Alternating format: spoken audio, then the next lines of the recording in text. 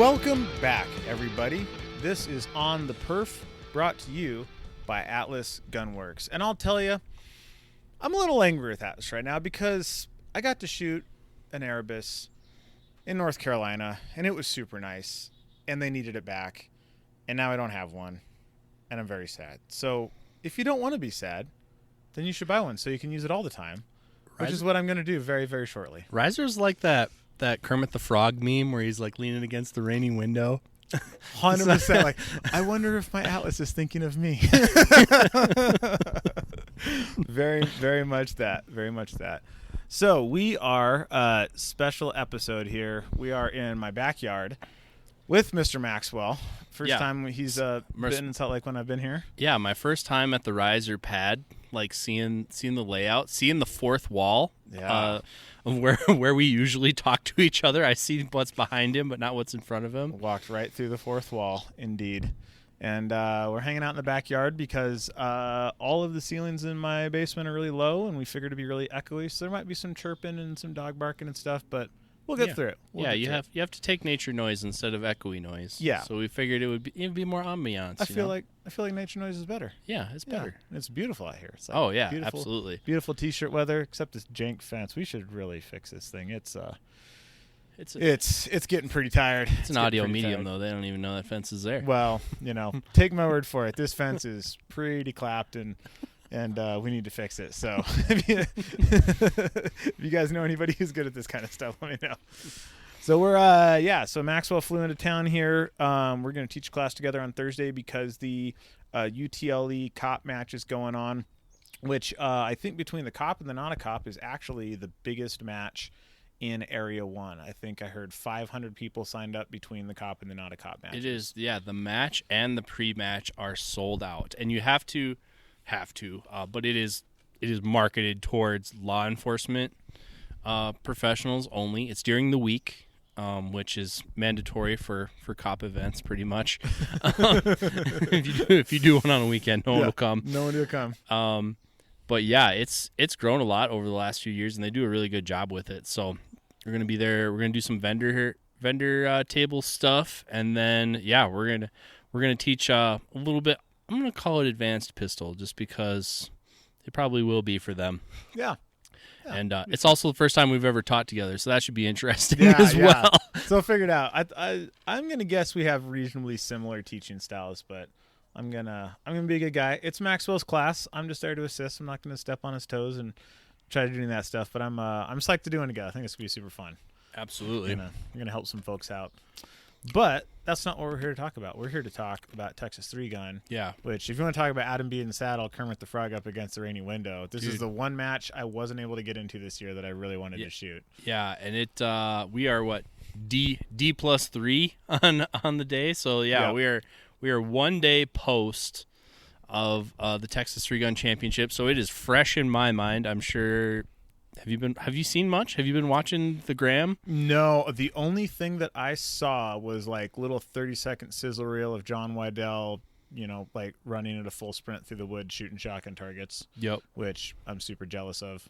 I haven't seen a whole lot. Just like little snippets of stages and stuff, enough to kind of, I've watched a bunch of match footage of it in the past, but I don't have any, I've never been there before, so I don't really have any idea of, if it has changed or anything like that. I thought about sending you all my stage videos, but then I figured that would just turn into a critique Maxwell segment, so I wasn't stoked on that. But also, shout out to you all, the listeners. I had quite a few people come up and talk to me at the match, saying they've been listening to the show. Woo! Been digging the content and all that stuff, and just want to throw out a little PSA. We're going to give you have permission to come up and talk to us. We are not too cool to talk to people. I had some people come up to me and they're, I don't want to bother you. I'm like, you are not bothering me, man. If we didn't want to be bothered, we wouldn't have a podcast. Yeah, we would not be putting ourselves out there like this. Yeah. So by all means, if you want to come up and talk to us, if I'm just left to my own devices, I'm going to binge on shooting, so I'm probably not going to approach you unless I know you. But by all means, if you want to come up and say hi, you want to let us know what you think, ideas you have, anything like that. Yeah. I mean, little behind the scene thing. We have intro music because somebody walked up to me at a match and was like, "Oh, dude, I heard the first few episodes of the podcast. It's awesome. You guys should do an intro jingle." And I was like, "Huh, that's a good idea." So I reached out to a friend of mine who plays guitar, and I'm like, "Hey, man, can you put together like a little 20-second thing?" And he's like, "Yeah, dude, I got you." So we have changed the podcast already because of just random suggestions people had. Yes, absolutely. If you want to come up and talk to us about the show, please come up and talk to us about the show. Otherwise, at some point when you do this, you start just to kind of wonder if you're talking into a vacuum. Yeah. So it is really cool when people do come up and say that they enjoy the show, if it's genuine. I mean, don't lie to us. You can also come up and say, "Hey, I listened and it sucked," and then tell us why, and we'll make it better. Yeah, maybe. I'm cool with that. Yeah, maybe we'll punch you. Maybe we won't. That would be a fun little game we'll play. It's one of my favorite games. I feel like that's what the world's missing these days. Yeah, I mean, people no longer talk shit to people's face, so people don't get punched anymore. Yeah, well, I mean, they kind of took it off the table. Like, you used to kind of have to meter it, because that was on the table of a reaction that you could give without going to jail. I miss the old days. Yeah, right. Anyways, so we're a couple days post Texas 3 gun. It looks like nothing super crazy. Oh, the other thing, before we finish that, I wanted to say, Hartman, our friend and mentor, David Hartman, he used to say this too. When you do come up and talk to us, keep in mind that this is a very intimate medium. Like, we have put ourselves out there. So, like, it's the cool thing about podcasting is kind of conversational, right? Like, you feel like you're sitting here at the table with me and Riser. You probably feel like you know us more than we know you.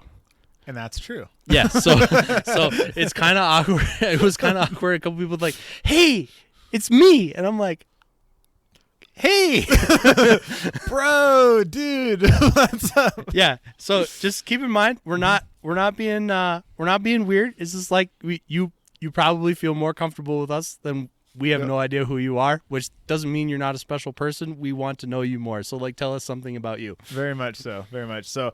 I had a really interesting interaction one time. So I was at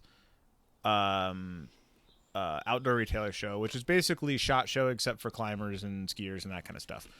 And so I used to be a climbing guide on Mount Rainier, and then I did a bunch of work in the outdoor industry. And so I was at the show representing one of these companies and standing in the aisle there, and it's kind of about beer o'clock. Everyone's sort of figuring out which booths have beer at them and, kind of congregating there. So I got my beer, I'm walking down the aisle, and I see some dude go, "Holy shit," from like 50 yards away down the aisle and just take off at a dead sprint towards me. And I'm looking around like, who in the hell am I standing next to? Like, I need to be standing next to somebody who's like super rad for this dude to be putting in like that kind of legwork. And I look around and I'm like trying to figure it out. And as I turn back, the dude's right on me and just like tackles me in a giant bear hug. He's like, "Oh my God, it's Adam. Holy shit." And like, he like bear hugs me, puts me down. I was like, "Dude, I can't fucking believe that you're here. This is so awesome." And I'm looking at him. I'm like running through my brain as hard as I can, like trying to put this face. And finally I just gave up and I'm like, "Bro, I'm sorry. Like, obviously, like, we did something together, but like, I cannot place your face right now." And he was a client I had taken up Rainier like 5 years before that. And he's like, "Oh yeah, you probably don't recognize me because I lost like 80 pounds. Absolutely not. Yeah, like totally not. Also, I took like 100 people at Mount Rainier. And it was like this life-changing event for this dude. He's like, "Dude, I broke up with my girlfriend. I met this other chick. I lost all this weight. I got into ultra running." And it was like, turned this dude's whole life around. And it was like a Thursday for me because I didn't know that any of these things had happened after the fact. So it's like, it was a pretty rad conversation. You were this guy's Forrest Gump. Yeah. I'm just like, believed in you, man. Wiped the face with like, "Have a nice day." And he went on to become a millionaire, So yeah, it was a pretty rad interaction. But so I haven't had anything quite that rowdy with the podcast yet, but maybe we will. Maybe somebody be like, "Oh, did you turn around by dry fire?" Now I'm winning nationals. So. All the quasi celebrity people that have come to work that I've met have been disappointments. So I strive not to be the example of never meet your heroes. Yeah. Not that I'm anybody's hero, but by all means, if you enjoy the show, we do want to talk to you. Please come up and talk to us. Yeah, 100%. And yeah, it's been awesome whenever someone has said hi. So, Texas three-gun. three-gun championship. Now, the question that is burning. This is going to be a little bit like Dave Hartman style interview here because I wasn't there and Maxwell was. So we're not just going to riff on this match. I'm going to ask him questions and he's going to answer it. Good news is we don't have a list like Dave used to. Yeah, we don't have a list. So that's there are cool. some danger zone questions on that list. So my first question is, and I know the answer to this already, but I'm going to ask the question. So if anyone's been paying attention, they know Mr. Maxwell has a newfound fondness for the 6 arc. Yes. Yes. So what happened with the 6? Did you shoot the 6 arc? And then we'll have follow-up questions. Oh, there was Betty Lou. You ever hear the 30-pointer? The 30-point buck? That's a Midwestern thing. No. Anyway, any Midwesterners there, you're welcome. Buck. But yeah, that's when I pulled out Betty Lou, but she was in the shop. I did bring it with because I don't trust anybody now on how much long range they're putting out there. Yeah.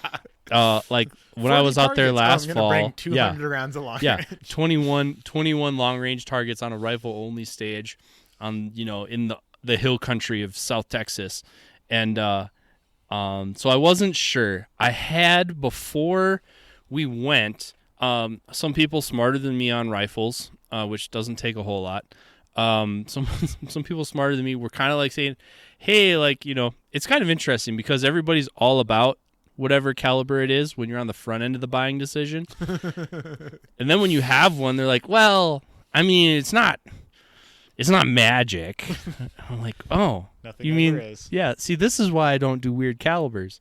But I basically, I was doing some chrono, and the person I was talking to, there are a couple of people I was talking to, like, to do what you want to do, you really want to be shooting the 80 grainers, and because what are the other options? 80, 103, 106, 108, 110 is what the military uses. Okay. And so I'm really sorry. You rifle people are very passionate, so I'm sorry yes, for how offended you were about to get. But basically, the attraction is you could shoot a heavier bullet, out farther, and it would be a little bit flatter trajectory, a little bit more immune to the wind, which is, well, both things were kicking my butt before, but I mean, the wind is the great equalizer out there, or de-equalizer. And so they're like, if that's really what you want to do for the distances that you're talking about, which aren't particularly far for that caliber, you basically want to be shooting the 80 grainers. And they said, really, you only want to be shooting the 80 grainers if you can get the same or more velocity than 223. Okay, that makes sense. So I'm getting ready for this match. I'm very undecided which one I was going to shoot because the disadvantage to the ARC is you are limited to 30-round magazines. The 30-round Geisley is the biggest magazine you can get. And so this match is also well known for rifle multi-gun jungle runs. All right, so you can be put in position where you will be shooting near 30 shots where you would want a higher magazine, or that you would be forced into a magazine change. And so I was going back and forth. And when I was checking zero on both of them, I adopted the riser method of zeroing a 3-gun rifle. In my rifle reformation here. So I was getting my hard 100-yard zero, and I was getting velocity numbers. And my 18-inch 5.56, both of these are ADM, so these are off-the-shelf ADM products you can buy. But my 18-inch 223, 2,800 feet per second, 28, we'll call it 2840. All right, with that particular Hornady load that I had 75 grain tap, and okay, and then remember I'm very simple when it comes to rifles, so I don't know where this is in the turn. I know vaguely, but had no expectation if that was high, low, whatever. I think 2840 out of a 77. That's pretty high. Pretty spicy. It's pretty high because my long range stuff is barely over 27. Yeah, I shot some. And I'm shooting 69s. Yeah, I shot some gold medal 69 federal. That was more like 26, high 26s. Yeah. I shot some Mark 262, like legit Mark 262 Black Hills. That stuff was like 27. So I'm like, okay, well, the Hornady is the fastest bullet that I have from the stockpile of ammo that I had to work with. I got my 6 arc out, and it shot with those 80 grain ELDs, 2840.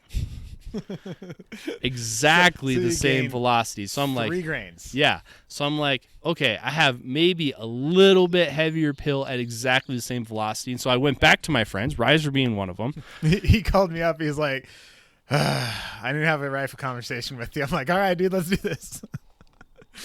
You seem almost defeated on that phone call because I could tell that you wanted the 6 arc to be the solution. I didn't know. I didn't have any preference. It's just like I was expecting there to be a clear like, yup or nope. Yeah. There wasn't any.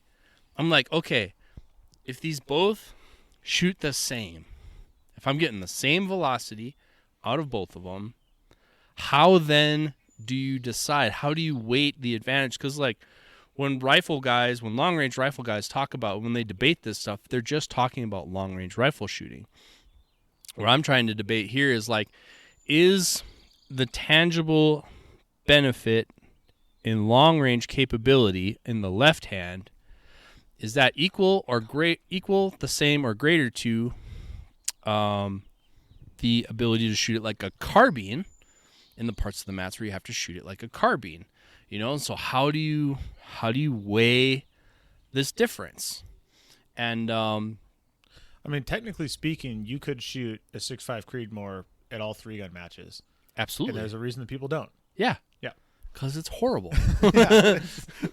It's great for the long range and it's terrible for everything else. Yeah. So I was trying, because these to me, these shoot so similar as carbines that it really came down to magazine capacity. I was like, oh, well, is this worth messing around with the weird mags and not having access to 40s and 60s? Or is it not worth it? And I couldn't decide. I packed them both. And when I got there and I scouted all the stages, the farthest target was 500. There was 2 of them. And they were pretty much, there was one that was like 525. But they're like IP6 size? Yeah. Okay. Or they're 4 MOA. Yep. So 2 targets, the longest bombs there were 500-ish, reasonable size. And there were 2 stages with what I would consider to be the heavy long range, 400 plus.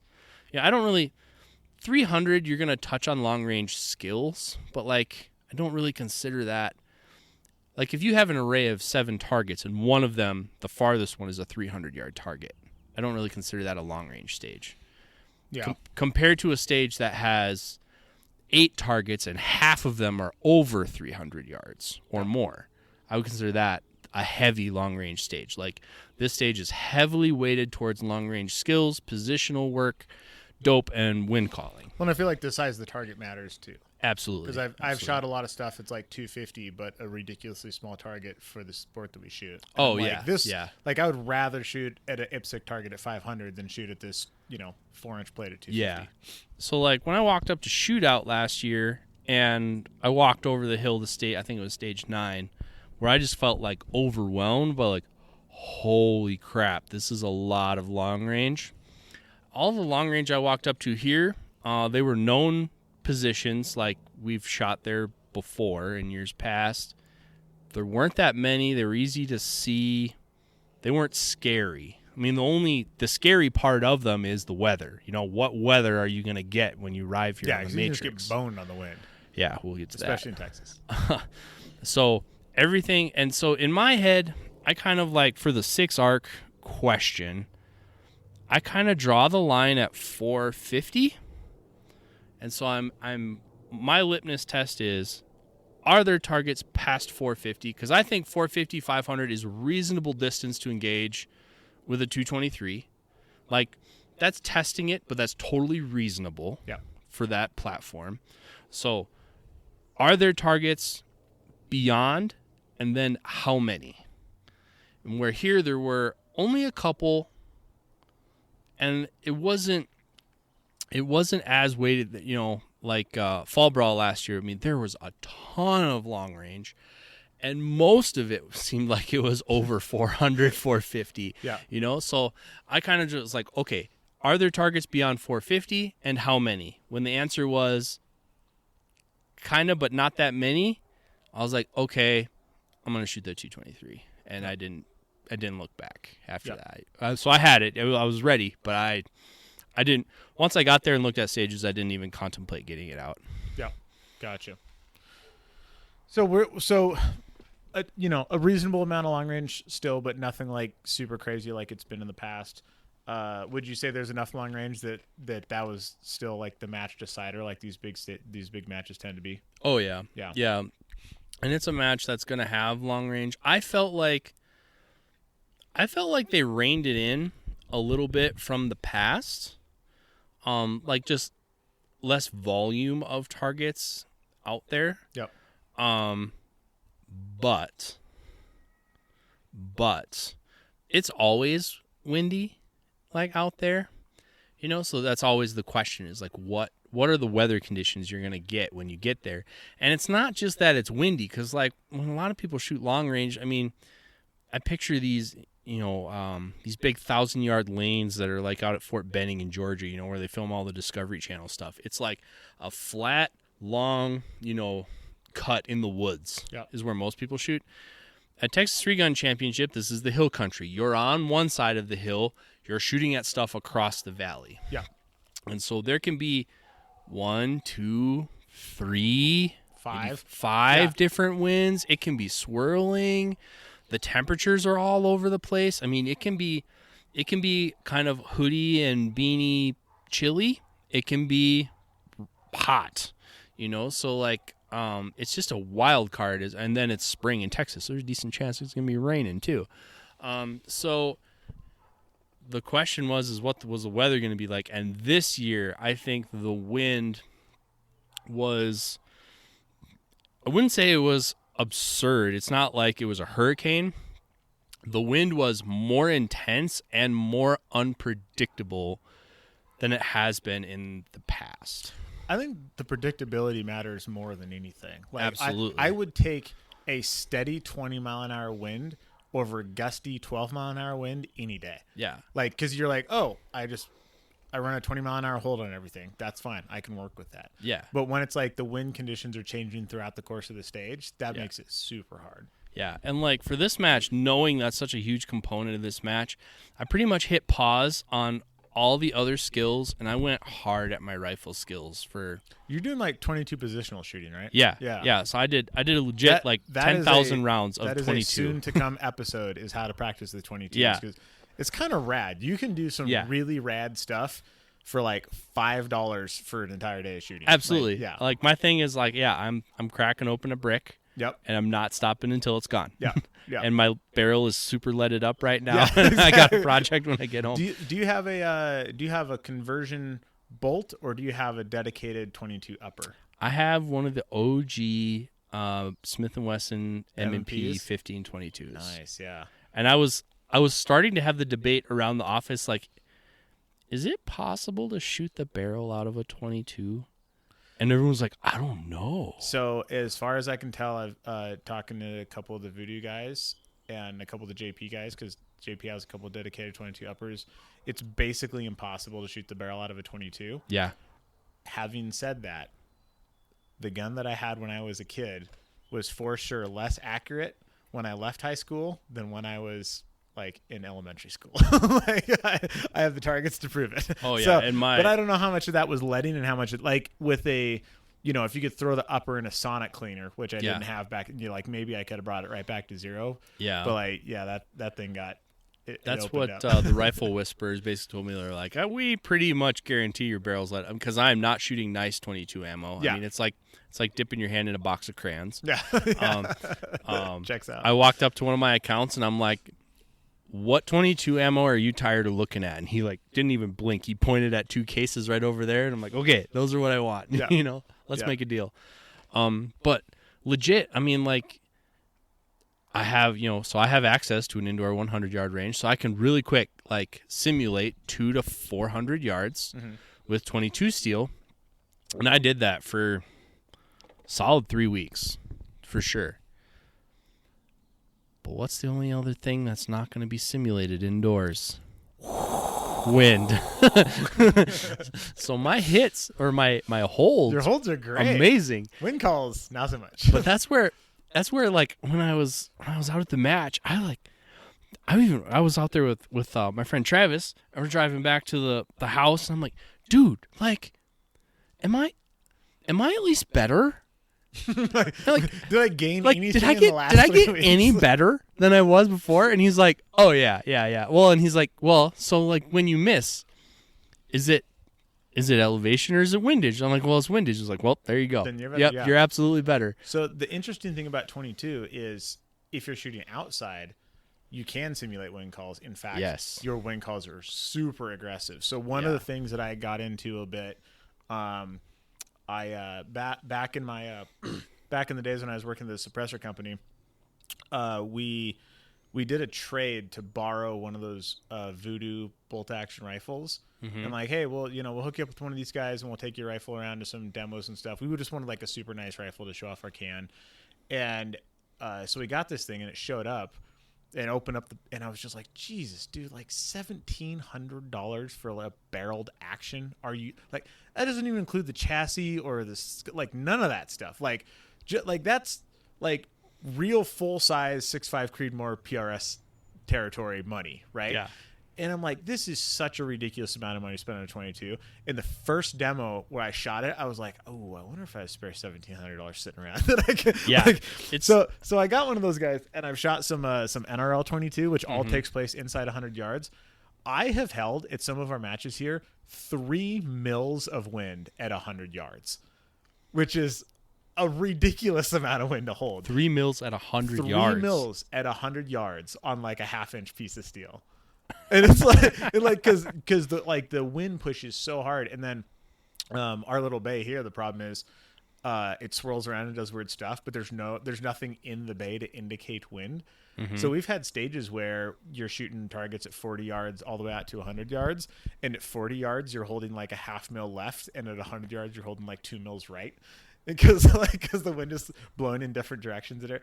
So in many ways, when you get into like learning wind calls on 22s, it's almost like so aggressive that it's also worthless. So, Yeah. like, I don't know. And was it like super switchy wind or just really aggressive wind where you're like, there's so much that you just open up with like a 2 mil hold and go from there?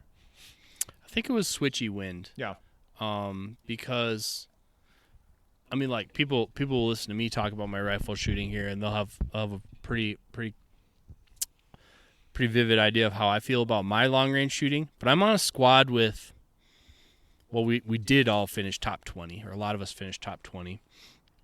And I'm on a squad with dudes who also can finish top 10. All right. And so like if I see James Gill suffering on a rifle stage, this is going to be rough. If I see Dylan Easley suffering on a rifle stage, I'm like, okay, it's not just me. Yeah. Like, it's hard for them too, because that's kind of my litmus test. Is like, okay, these guys can shoot long range, and if I'm gonna make time on these guys, it's in the other places in the match. You're not gonna make it up on a long range. Yeah, you're just gonna hang. Me, I'm not. Yeah, the best I could hope for is to hang. Like, I have won the rock stage before. I have, like, scoreboard. Go check it out. Sick. So I can do it. My consistency is not there. Where guys like who I know are super consistent at, they were struggling too. Yeah. So I think it was just super unpredictable. And when you look at the schedule, or when you look at the way the scores shook out, like all of us in our squad, or at least the top guys, we all kind of ended up 10 to 20. We're sitting on the last day when we thought the wind was the worst. Another group of guys, they're at the top of the list. Another group of guys, like, it was very situational to when your squad arrived there as to how it went. Yep. But yeah, it was that's just the crux of like big natural terrain matches, and one of the things that so I really like long range shooting. I do some NRL stuff as well. I really like long range shooting. I really like a long range shooting in 3-gun. I really like that hard as hell I had a 620 yard C zone target. I really like random shit like that. But I also really like that we're slowly turning down the dial just a little bit on the long range because it has such a huge impact on the match. Where if this was a match where you're like, oh, the 6 arc is definitely the way, and you got that wind, like you just keep dropping down the leaderboard, right? And it's like it's no fault of your own. Like you just got the shit end of the stick, and there's nothing you can do about it. So I think as the distances calm down a little bit and the target size opens up a little bit, those skills still exist there. Like you're still either good or you're not at the long range, but the swing isn't as big if you end up shooting it in the wind. Yeah, my thing with the long range is I want 3-gun to embrace the full spectrum of skills. So like I want all 3 of the guns to be equally pitted against each other and be equally valuable to the cumulative score. And within the gun, I want the full breadth of the skills of that gun tested. So for every long range shot that you take with a rifle, I want you to have to be able to shoot fast, precise, 40-yard pistol plate rack. Yeah. I want you to be able to do the fast burner stuff too, and same thing with the shotgun. Like I understand that slugs are not accurate, but that's a skill set, like somebody who has done some homework on their slugs, that should get them something in the match. Somebody who's done their homework on chokes, that should be, we should test all of those skills, and the people who win should be the best conglomerate of all those skills, in my opinion. I think you saying that John Whitehall shouldn't have won? No. I think John Whitehall should win. But I think a lot of people aren't very confident in their other 2 guns, and they're very confident in their long-range skills. And I think it also tells a cool story. Like, it's usually a very traumatic stage, plus or minus. Yeah. Like, it either went awesome or it went horrible, so that's where a lot of the stories come from. And so it's very vivid. And so, like, from an event promoter standpoint, what do people say? They want more long. Long range is awesome. We want more long range. We want more jungle runs. We want, there's like the score, the 5 bullet points that everybody says about a match that was awesome. Yep. And so on the surveys and the feedback, people keep saying more long range, more long range, more long range. But like, then it kind of becomes, and I say this in good nature, but like Fall Brawl would be the extreme example of it's gone so far into being a long range centric match that like the other 2 guns don't matter. And there are no less than a dozen other sports where you can shoot long range rifle. Like does multi-gun also need to be a long range sport, or can we test some broader skills? That's my thing with the long. It's not just that it's not my strong suit, it's that it shouldn't decide the whole match, and it usually does. Yeah, I'd say that's pretty accurate. So on the other guns, what I did see, so this place is like all there.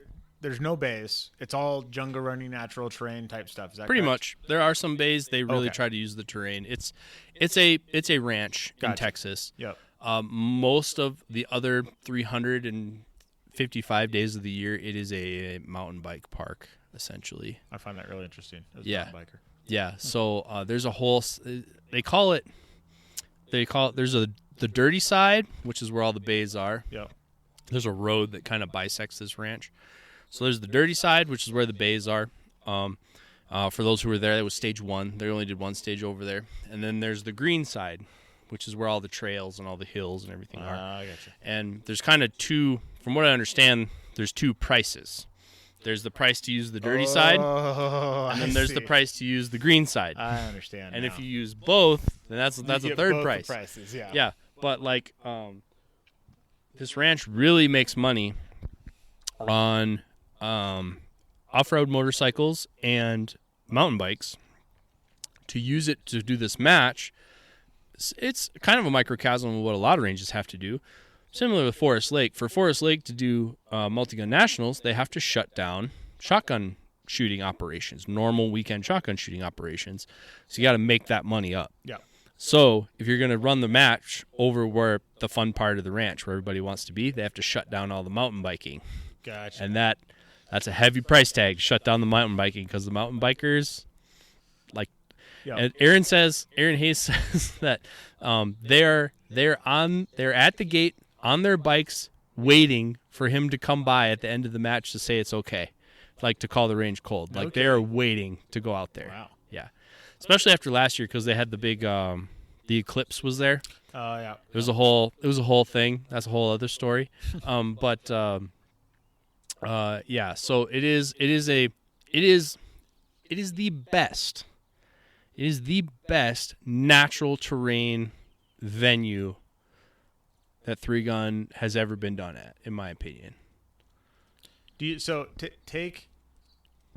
the fact that Rocky Mountain is sort of like 3-gun. Oh, I haven't been to Rocky Mountain. I should have that. Yeah, I'm kind of curious because that, like that place is, if you take out the idea that it sort of developed like a bird on the Galapagos Islands, like unaffected by all the rest of 3-gun, which I find quite annoying. The facility is amazing. The terrain is like, they can do whatever they want. It's, I believe it is 66,000 square acres. And this is smaller than that. Yeah. And it's a ridiculous facility. But so imagine Rocky Mountain, except run by people who shoot other 3-gun matches. Yeah. Yeah. Like I think the best shooting match is Parma. Like High Desert is by far the best shooters match ever. Hands down. Like I'm so excited I get to go to High Desert this year. Yeah. So after I dropped the rest of the shotgun qualifiers because I can't see anymore, High Desert came back on the schedule, and I'm very excited. If you like to shoot, I don't care what your excuse is. I understand that Parma is a long way from anywhere except Boise. You got to go. You got to go. Yeah. But I think it is the best natural terrain venue to go to. And so my significant other, like yours, doesn't do anything shooting. And so for her to come with, this is when I would want her to come with, because it is a picturesque venue. It's a nice place. It's nice to hang out on a Texas ranch. Yeah. And just have a reason to be out there. Yeah. It's a very nice, it's a special place. That's for sure. And it's kind of cool if you're a little bit of a, if you have a nice truck, but you don't get to take it off the paved road very often, it is nice for that too. Cause it's not extreme, but they are ranch roads. So it is a little bit off-roady. I should grab my wife, my guns, my bikes, and my Raptor and drive to Texas. Yeah. Yeah, Jen would totally be down with this place. Cool. I'll try to work that into next year. We'll see how this goes. Yeah. But yeah, so it's cool. You get to go out. You're driving in the back parts of this ranch. It is a very cool venue. It's a safe venue. They've been running matches at this venue long enough that, because that's what probably doesn't meet the eye, is okay, you're shooting over here, but a lot of times there's another stage on the back side of a hill over there. So if they aren't careful about where they put stuff, if area A is something they want to use, that might disqualify area B and C from having a stage. So it's kind of a complex checkerboard. Yeah. Where they can put stuff. And I think the other cool thing about this venue is there's enough places to do stages that they can let places rest. Yeah. So there's not So it doesn't just get clapped out where you're like, oh, we're shooting the same thing. We run down this trail, we go off this tree, we shoot off this rock. But yeah. Oh, they moved that target. Oh, did they move that target? That target's kind of still there from last year. So the rock would be one. There is a rock that is. I have heard a lot of people tell of the rock. The rock is the size of, we'll say a 1-ton pickup truck, 1-ton dually pickup truck. It's a big rock. It sits. Yeah, it's about chest high. Wait, chest high on you? On me, yeah. So I have to climb on so it's top of it at and like go your prone. forehead. Okay. Yeah, you'd need the booster. I'll say. As did Tina Garcia, James's significant other. But yeah, shy. so I'll use that booster. yeah, so there's a big rock, and it kind of overlooks a kind of a vista view of another hillside, and fairly inaccessible to get to. So in the early years, they hiked a lot of targets up there. Break a target, and you're like, oh shit, we're shutting down for an hour. Yeah. Well, and those targets are up there, and they move them around. I think they do move them around, but they're up there. They're they live kind of up there. fixtures, yeah. Yeah, they don't have to carry. Excuse me. They don't have to carry them up there anymore, but they have to go up there and move them around. Yeah. So I was thinking about the shooting from Area A to Area B. The first time I shot Rocky Mountain, there was a stage where you shot. It was all pistol stage, like running up a gully, and the pistols targets were like up on the, and they just have like a million 12-inch steel plates that are fixed targets. So you're just running through, and like the RO is just calling hits behind you. So like basically at Rocky Mountain, every target is either a 12-inch steel plate or a half-size IPSC. There's nothing in between. Like there's no full-size paper. There's no smaller, like it's one of those two, like every single target. So it's very weird. And so anyway, so I was shooting all these 12-inch steel plates that are up on the berm. And when I say up on the berm, I mean the top of the berm. So it's like, one of the firearm safety rules is know what's behind your target. I'm like, I just see sky. And I have no idea what's in that. Like if you miss this target, your bullet is going at a 45-degree angle, max distance of a 9mm. Max ord. Yeah. And I'm like, so max ord of a 9mm, what is out there? And they're like, oh, it's still the range. And I'm like, okay, cool. Yeah. Like, that's good to know.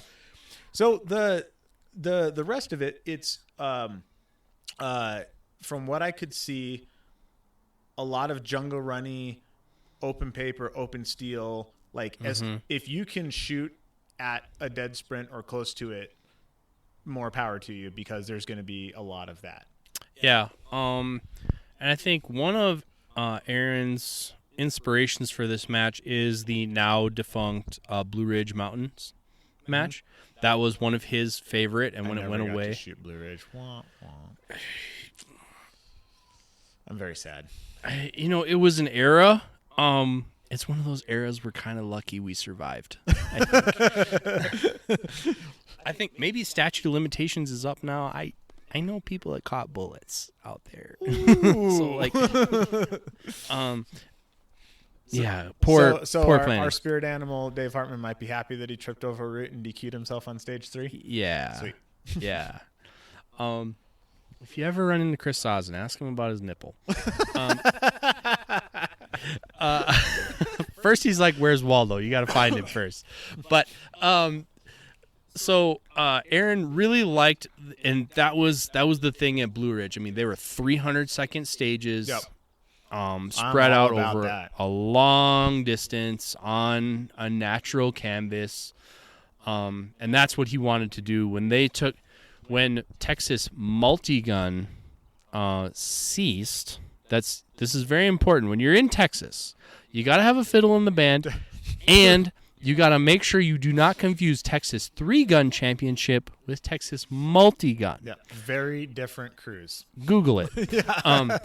So when Texas 3-gun championship was starting, that's what he wanted to. He wanted to essentially carry on the big terrain, big stage style of match that was no longer around from the venue in Kentucky.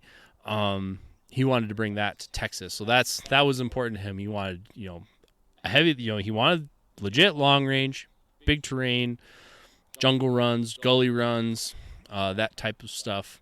That's definitely what they're trying to do at this match. And I would say pretty much pretty much every stage at this match. Yeah, it was kind of a you start here and you end up way over there. Kind of a thing. Strung out over, I don't know, I think the shortest span that you would cover is 50 yards. What was the biggest? 100 maybe. Okay. Yeah, there were some where you if you go hard, if you run it John Waddell speed, like you get to the end and you're like you did a legit sprint. Yeah.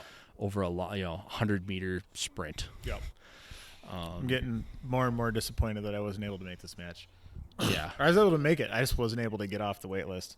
Yeah, for anybody who's like, 3-gun is dead, I was 60 deep on the wait list when my schedule finally filled up around this match enough to email Aaron and been like, hey, man, just pull my name because I can't do it anymore. Yep. And that was months in advance. So. Yep. Still space available in Multi-Gun Nationals, though. Oh, yeah. Come out to Multi-Gun Nationals. We'll be there. You are shooter number 1 for Multi-Gun Nationals. I'm shooter number 1? Yeah, I put you in first. Yeah. Ooh. Yeah, when you said you were waitlisted for Texas, I was like, all right, buddy, all right, I got we'll hook you you here. up. Yeah. Awesome. I still got to figure out how to actually get into Race Gun Nationals here down in St. George because I don't want to miss that. But it's a weird – I've never tried to get into a USPSA Pistol Nationals. It's a very Pistol Nationals are pretty competitive. It's a very to get weird into. process, yeah. Or it can be. I'm going to be very disappointed if I can't shoot the Nationals that's like 4 hours from my house. Yeah, right. So we'll see how this works out. But so was there any weird long slug stuff? Was the bird shot mostly just straight bird shot? The slugs were very controversial this year. I think people were as mad or more upset about the slugs than they were about the long range. Threw a dart at the board and nailed it. Yeah. Yeah, because there was one stage 10 was the other really long range stage. It had 8 long range rifle targets, but it started out with 7 slug targets. I think the farthest one was 130 That's a lot yards. Of slug targets. Yeah, and they were I don't think they were much closer than 70. Ooh. Oops, sorry, dog noise. Yeah, if you guys hear weird whining noises in the background, that is my dog asking for treats. But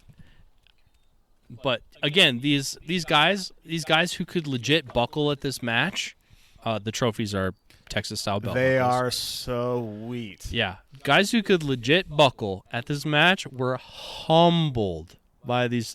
And I walked up there, I didn't think nothing of those slug targets. And that's the other thing too. You're a G, son. Well, yeah, but for as Achilles heel as the long ranges rifle is for me, ain't worried about nothing with a pistol or a shotgun. I'm like, oh yeah, bing, bing, bing, bing, bing. I'm gonna throw an extra quad on my belt, just superstition because you always bring more. But I had 7 targets, I have 14 shells in the gun.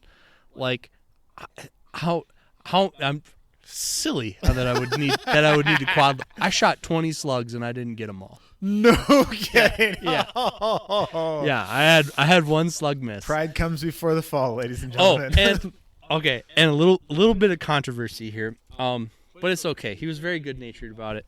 And all's well that ends well. But so one of those long slug targets, he was gonna give me 2. He's gonna give me 2 misses. And I was like, I was kind of like, yeah, whatever. And Travis, he's like, no, he tipped 1. And he's like, no, I saw it move, but that was a wad.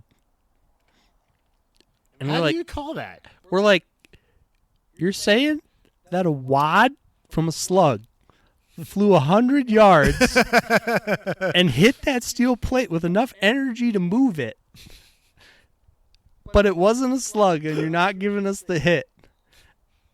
And just long story short, it's well, when you say it that way, I guess that's kind of silly. Wait. Are you saying that an RO was like, oh, you're right? He did. Awesome. He did. Good for him. He's he called it. He's like, no, I don't think. Yep. And we're but you can call Range Master if you want to. And I was like, well, I would want to. Mm-hmm. And when he came up there, he was very reasonable. And they're like, yeah, benefit of the doubt and all that stuff. Awesome. So I got the hit, but it was kind of funny. It was like a wad? Really? You saw it fly through. I shot something out of my gun, and you saw it fly through the air, and you saw it hit the target, but you thought it was the wad, so it didn't count. Were the penalties appropriate for the size of the stages? No. Okay. Were they too much?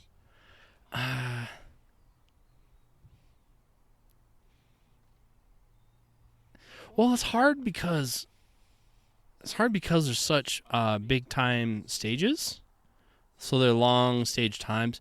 I'm unapologetically team hit factor now though. Yeah, so yeah. Like, I'm aware of that, but let's back so like up. that was that miss that slug miss. That Yep. was a 20-second. Oh, 20. yeah, that was a 20-second miss. Oh, that'll get you right in the feels. I think. Yeah, because it was over 100. It was an over 100. Yeah, it's hard with these like. What was your like average stage time? Stage times are like 50 to 70. Yeah, 20 seconds seems a lot on a 50-second stage. Yeah. Yeah, especially if you get two of them. Yeah, and like that stage, like guys who are really. I'm not a numbers guy, but I feel like guys who were pumped on that stage had like stage times in the 90s. Ooh. So I am so disappointed I didn't make this match. yeah. Like, I'm about that. Like, I rewatched this old – so we had this old video so way back in the day. Everybody get your drinks ready. When Eric and I shot MGM Iron Man. Woo! So Eric and I actually had, like, a shared YouTube channel that eventually just became my YouTube channel. Did one of you cheat on each other? Or? Yeah. We have no, that goes the other way. That's when you have the joint email. That's like Adam and Jen at gmail.com. You're like, all right, who cheated? No, we broke up. We actually, for the longest time, Eric and I had a shared reloading press in my basement, and he just had a key to my house. And he would just like come by while I was at work and just like load ammo and stuff. And like, and finally I was like, I'll just buy you out. Here's the press. Like, I would not share a press with anyone. No, That's it didn't. dangerous. Well, I am a quite OCD, super organized person, and Eric is very much the opposite. Yeah, that would not work out. Yeah, it didn't work out. So, but. What was it getting at? Iron Man. Oh yeah. So anyway, Eric had filmed Daniel Horner and a couple of the AMU guys on a few stages and like put them up online, and eventually I just like made all those videos private or something because it felt kind of weird to have a video of Dan on my YouTube channel. But I rewatched that a couple days ago because I was just like scrolling through something and it like came up and I was like, oh sweet. He had a stage where the winning Daniel Horner in his prime stage time was 200 seconds. Yeah. And I was like, man, I miss those days. That's like, a big stage. It's so big. It was the one where he had the Barney Fife holster where he shot an open gun in Uncle Mike's. I will drive 20 hours for a 2-minute stage. Yeah. Yes. 100%. Yeah. So I miss that. So anytime someone starts getting up towards triple-digit stage times, I'm like, ooh, where is this match and how do I get in? Like I say, most of the guys running these big matches I would consider my friend. I would hope they'd say the same of me. When we look at time plus penalties, to me, just so people can understand where I'm coming from, it feels to me a lot like when cops make up competition drills. When they come up with the penalties, they're very arbitrary and almost absurd. Like they'll like say, do a bill drill, a reload, and a bill drill in 20 seconds. But if you have one Charlie, it's a complete fail. It's like, what? No. And so it's the same thing when it's like, all right, because they have to assign some value of time. There's a 450-yard target out there. They have to assign some value of time to make it worth it shooting it. Because there was an era of 3-gun just before my time, but people were still pissed about it when I started. There was a guy, I'm going to protect the innocent, I won't say his name, he's long gone, but there was a guy who would roll up to a long-range stage, did the math, he would roll up, so there's 4 targets, boom, boom, boom, boom, engaged them all, shot everything else, and he would win. So he would win burning around at the target, not even trying to hit it, and he would just hit everything else, take the penalty, and he would win.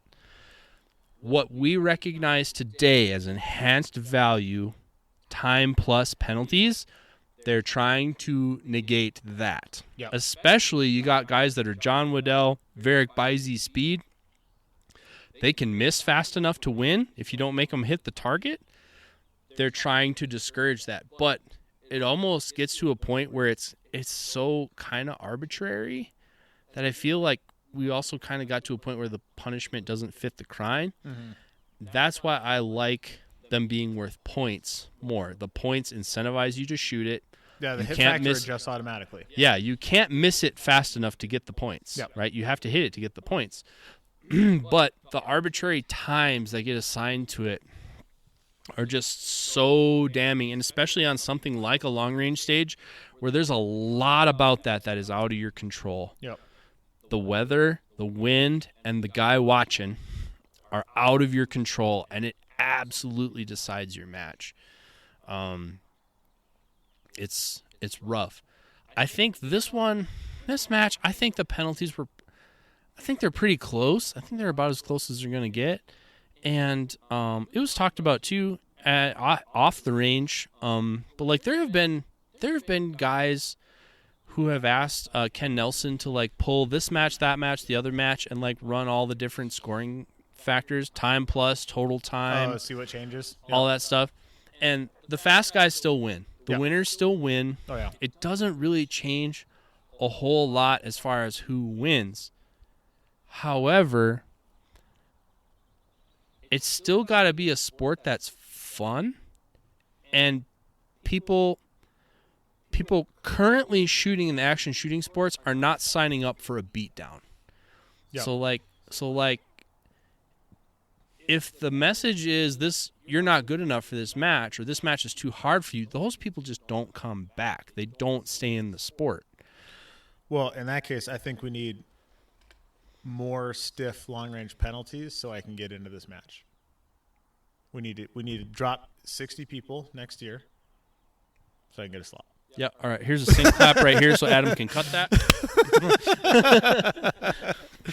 But, like, yeah, I mean, it's still, like, you got to, let's think, even like now in USPSA when they're redoing the classifiers on the handgun side, like, we're worried about cheaters and sandbaggers and this and that.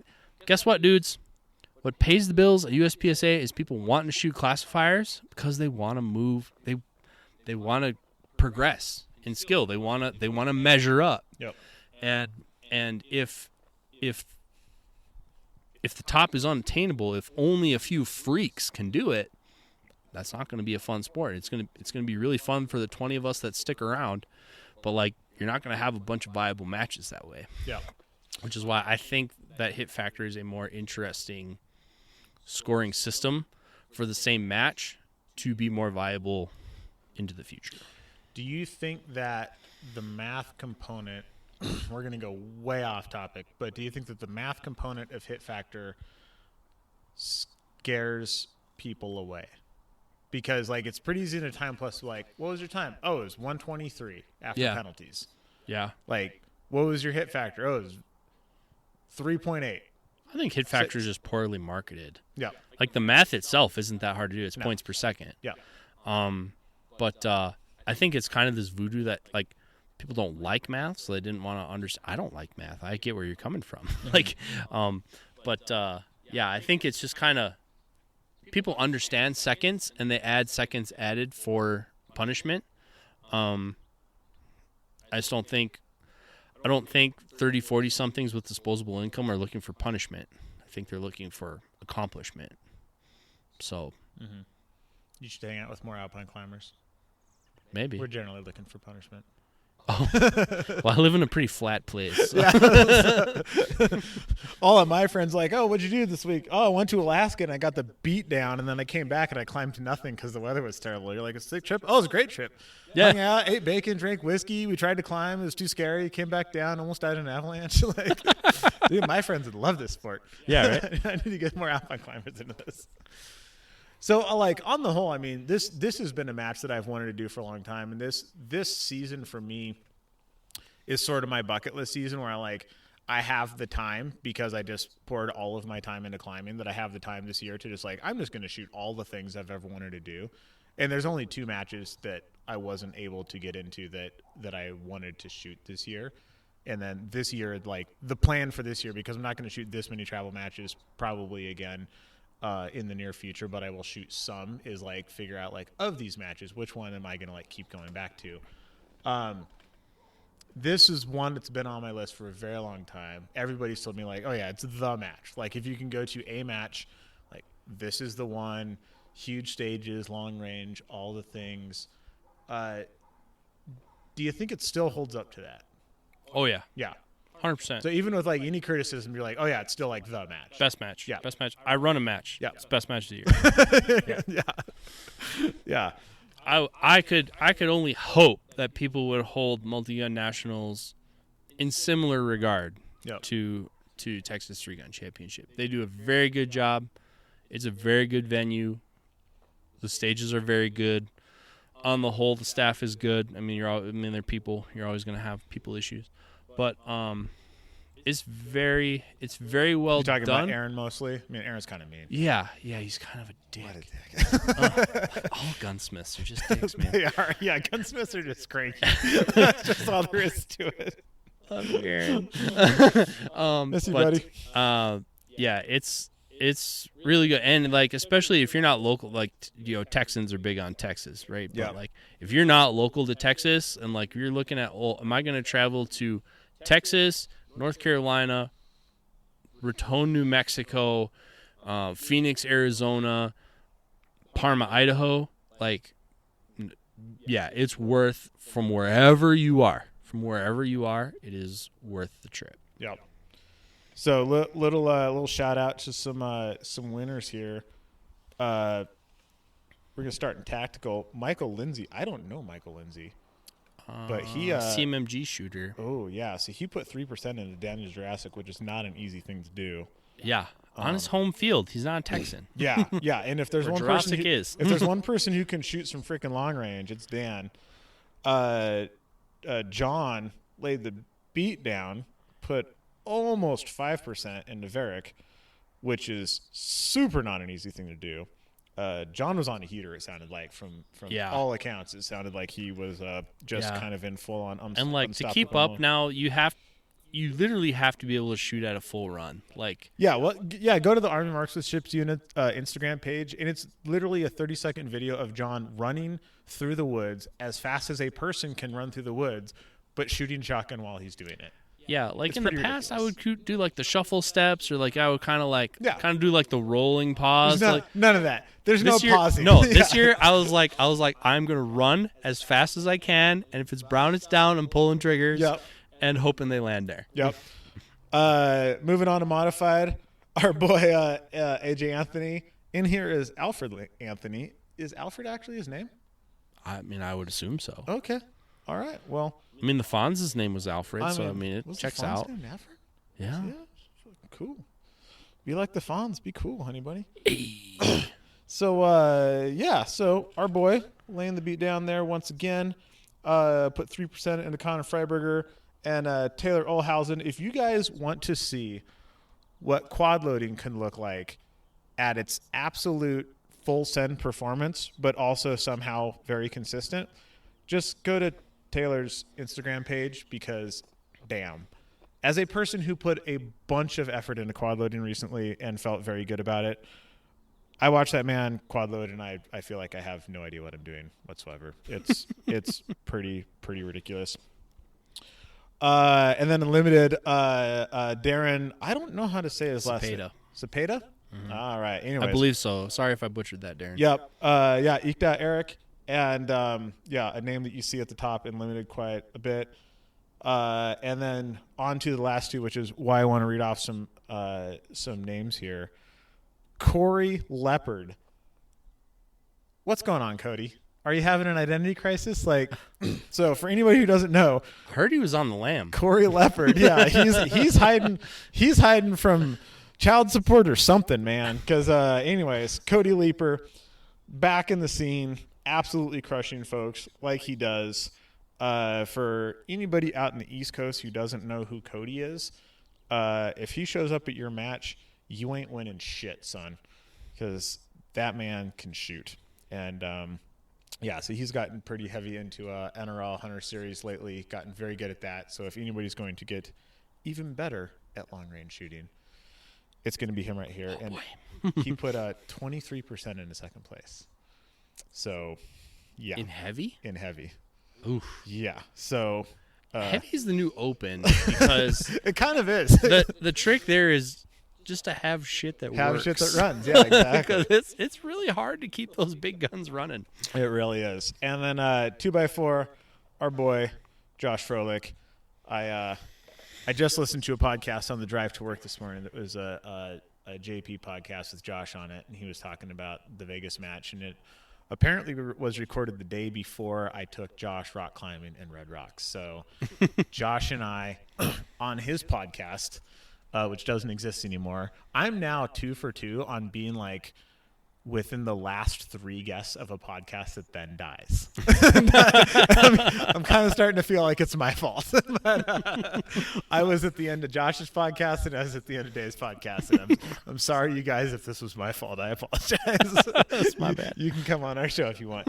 Yeah, so it was Josh talking about. He's like, oh, yeah, I'm getting up at 7:30 to go rock climbing tomorrow. And I took Josh rock climbing because on his podcast years before, he was like, oh, I've always kind of wanted to try rock climbing, but I'm super scared of heights. And I was like, dude, we shoot matches in places with rock climbing. I'm like, I'll take you. So Josh manned up and went rock climbing with me in Vegas. And I had a great time. And Josh, you had a great time. I had a great time. Josh figured out that rock climbing is not for him, which is totally fine. He's a flatlander, but he did hike back into the canyon and climb a couple hundred feet of sandstone with me. So it's pretty fun. But, yeah, I don't know. You got anything else to add to this one, Mr. Maxwell?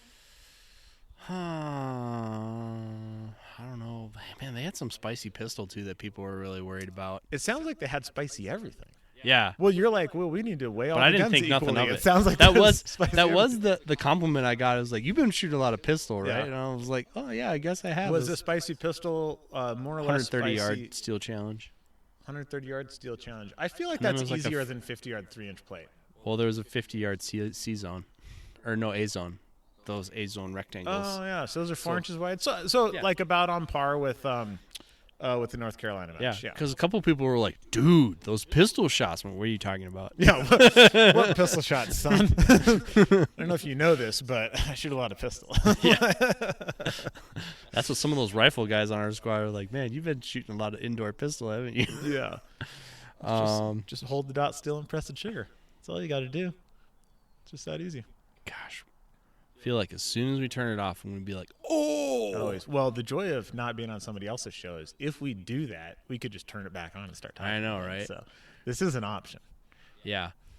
I'm really stoked on the match. Wish I would have done better, like everybody. But yeah, and they have the coolest trophies. They get legit like rodeo belt buckles. Yeah. You cannot go wrong with that. Oh, man. I want a trophy that I can just – I would wear a belt buckle. I do not look good in a belt buckle. Ask me how I know. Yeah. But I would wear that thing for like at least 6 months afterwards. Yeah. Yeah, it was tough conditions, tough rifle shoot. People had a hard time keeping their shotguns running. A lot of just quirky shotgun stuff. I changed mag springs middle of the match. Like I was going to try and – Really? I was like, after this match, because my next thing after this, my next shotgun thing after this is qualifier. So I was going to put a fresh mag spring in. Gun was running last time I shot it. My brain was still in open division. So yeah, I was so you're into tube spring. Yeah, tube spring. Yep. So yeah, I was like having issue, and for whatever reason, like my normal birdshot shells would run as soon as you'd put slugs in it. Or there was a spinner on one, so I put some number 6s in. Yep. Did not want to cycle those things. Man.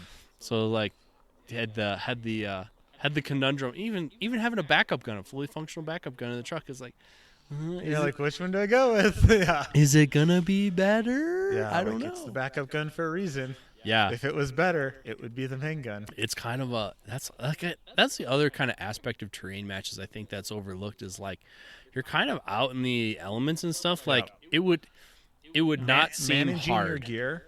Like those people who are like, oh, I just put my rifle on the rifle rack. Like, no, don't do that.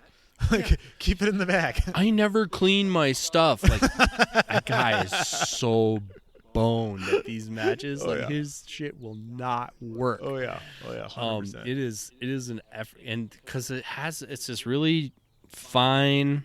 Is it like clay. it's not like Parma powder, but it's like No, something but close. it's got like a dusty clay Yeah. particulate to it. So you look over at the rack and all the guns are red. Yeah, so when the wind blows, Yep. like it swirls all that shit around. Yeah, yeah. it gets into everything. Yep.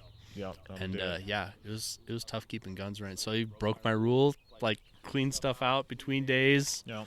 So Well, I stopped cleaning stuff out between days in North Carolina because I was listening to your rule, and it's like, oh, that is a good point. yeah, And then I had like the worst rifle malfunction I've ever had, and I'm like, well, so much for that. Like, we're going back to cleaning stuff out between days. I'm out on that. I don't know. I still don't know what happened there, but that was a real bummer. Well, that's it, ladies and gentlemen. Sounds like Mr. Here's Maxwell hoping has- you get in next year. Yeah. We'll just work harder and sign up earlier. Be there Yep. hitting the refresh button when it pops up, and Yep.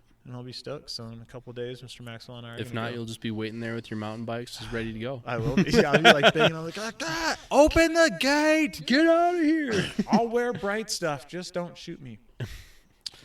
All right. Well, ladies and gentlemen, if you don't like your call the range master. We'll pull the target. This is On the Perf, and we'll see you next time. Bye-bye, everyone.